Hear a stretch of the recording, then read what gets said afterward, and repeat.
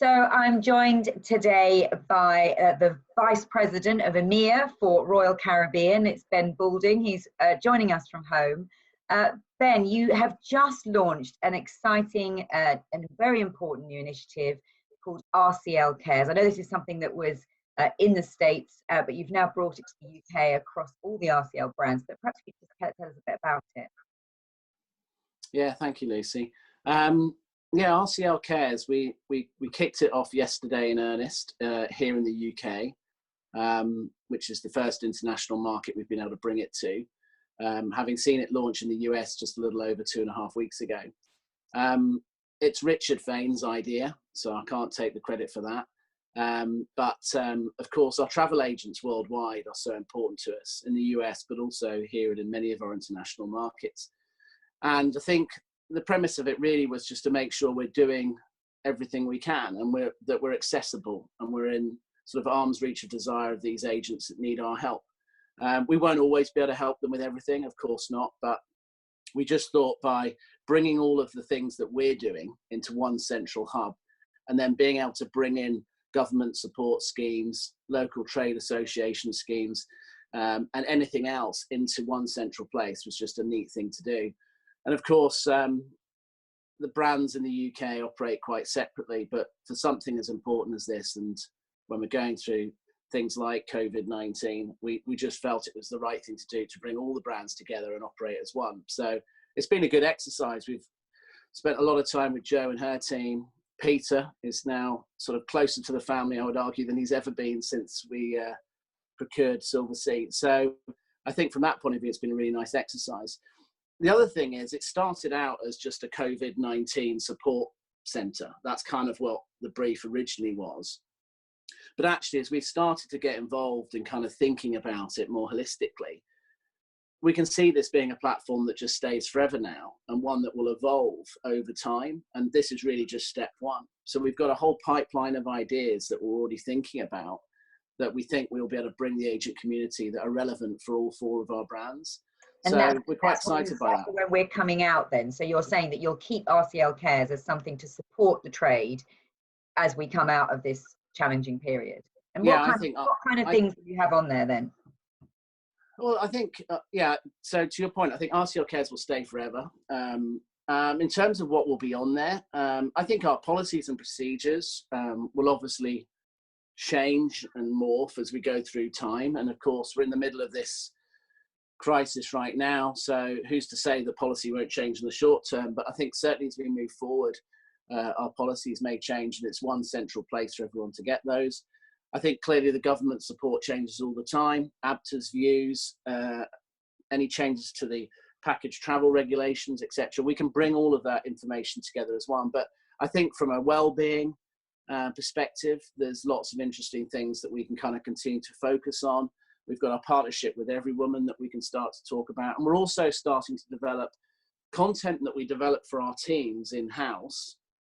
And we're starting to think, well, how do we translate that content to be relevant to trade partners and travel agents?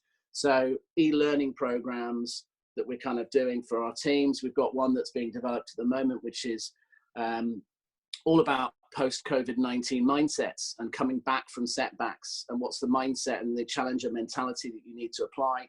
And we did that originally for our team, but then we thought, actually, imagine how cool that would be if you kind of just could position it for travel agents. So those guys that have been furloughed maybe for a while, or those guys that are working but have perhaps got a little bit more time, we just thought, actually, let's give them something they can do that might just add a bit of value. And of course, the other thing is everyone just wants a bit of positivity.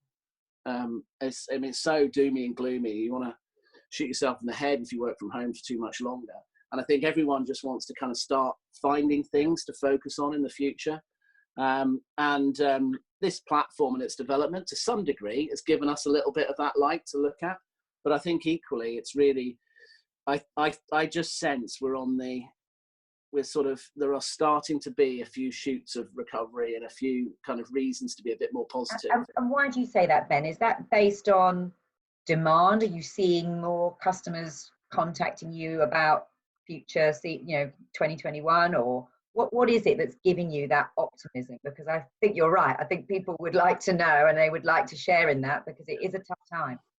Well, I think if you've got kids at home doing homeschooling, you find that optimism would be the first thing I'd say, because you're just looking to get out of it quickly. And obviously we're talking about everything from when could we open the office potentially, when could we go back to the office, and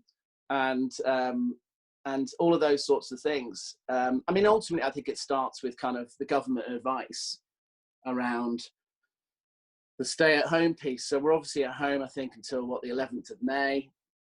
But as the figures start to sort of plateau, it does feel like we're being told we're at the peak of this. And of course, I look after the EMEA region, and I've got many markets in different stages. So our Nordic team are starting to go back to the office this week. So that kind of gives you a bit of confidence from that region. My poor team in Italy, I mean, I've been home for like 8 weeks now. They've had to learn to cut their own hair.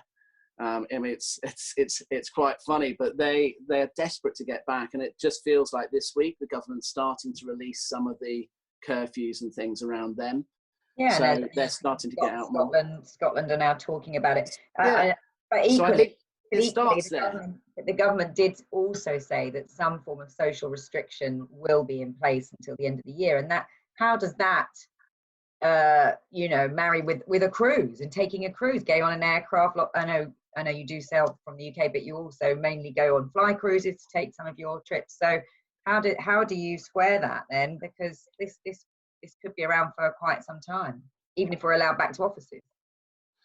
Yeah, and look, we don't have the answers to those questions right now, but I agree with you. I think social distancing in some way, shape or form is probably here for an extended period of time.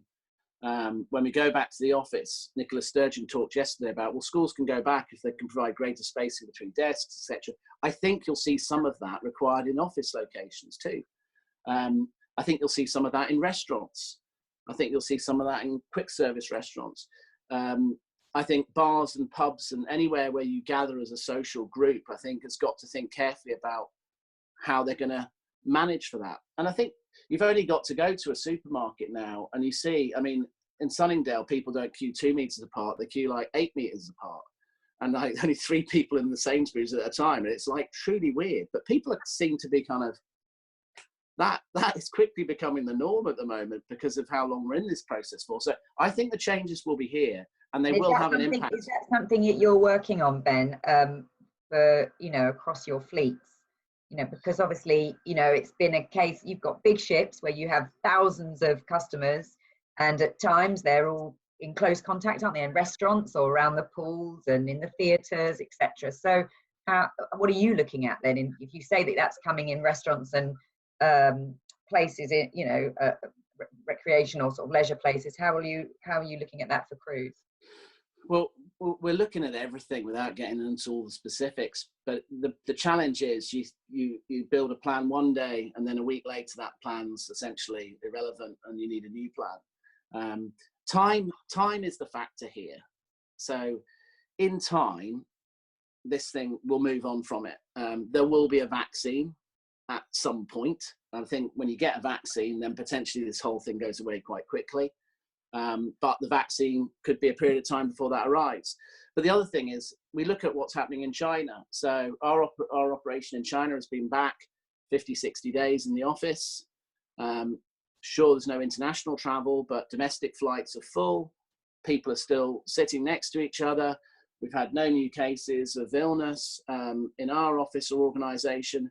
And life seems to be getting back to some degree of normality in China now. And they're, of course, a little bit ahead of the world because it started there a bit earlier.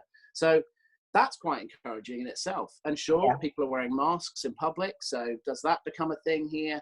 But there is a degree of normality coming back. And I think it's just these little shoots of positivity that you kind of cling to. And then you start to think about, okay, so what does that mean for us?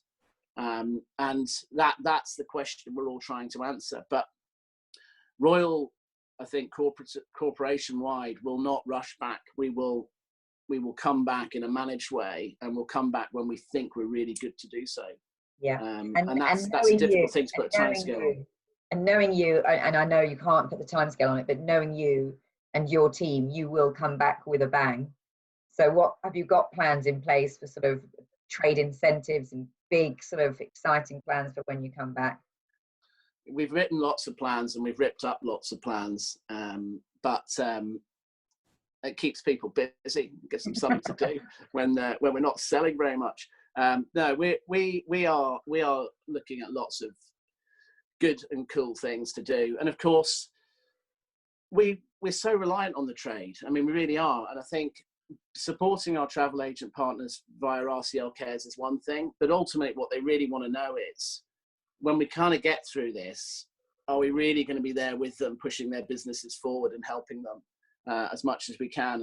And for sure, we're lining up loads of really cool things.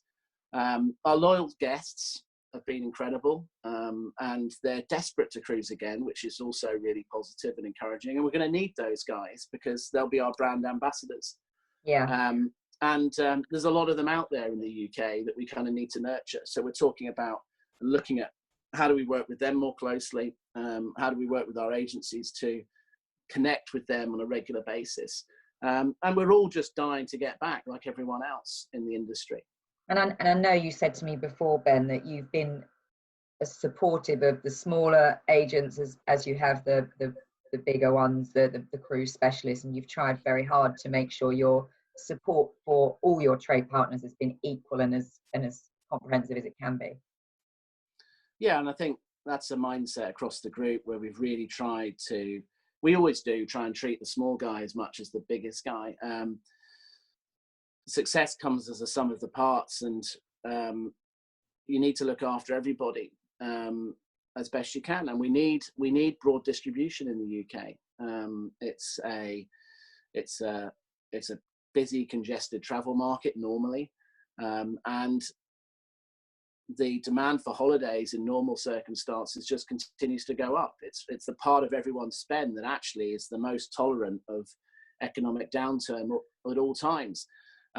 This is just such a really unusual situation that frankly no one would have ever predicted could even happen. And of course, it would be so easy, I think, for lots of smaller partners to really struggle and go under during these times if they don't get the right support from the brands that require their support and take it quite freely in the good times. You've got to be there for them in the bad times too. Okay.